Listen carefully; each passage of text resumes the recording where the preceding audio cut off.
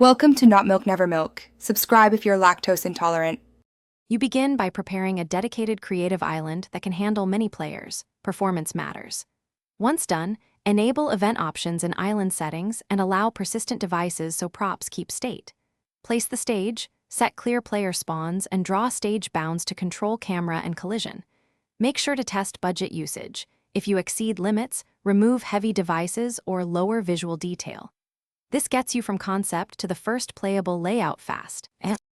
Next, wire your show. Use sequencers for choreography and event manager to coordinate cues.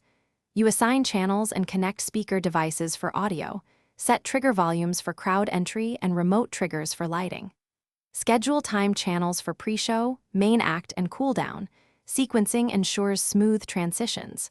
While doing this, optimize asset complexity, enable streaming volumes, and favor low-poly meshes, so the event runs reliably for many players on launch. To finish, run full multiplayer tests, invite friends or bots and simulate peak load, watch for lag spikes and audio sync drift.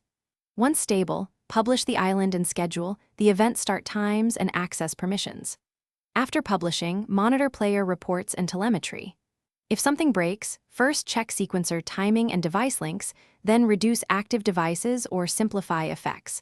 Logs help pinpoint stalls. Make adjustments and rerun tests until the experience is smooth and repeatable. Thanks for watching. If this was helpful, leave a like and consider subscribing. See you next time.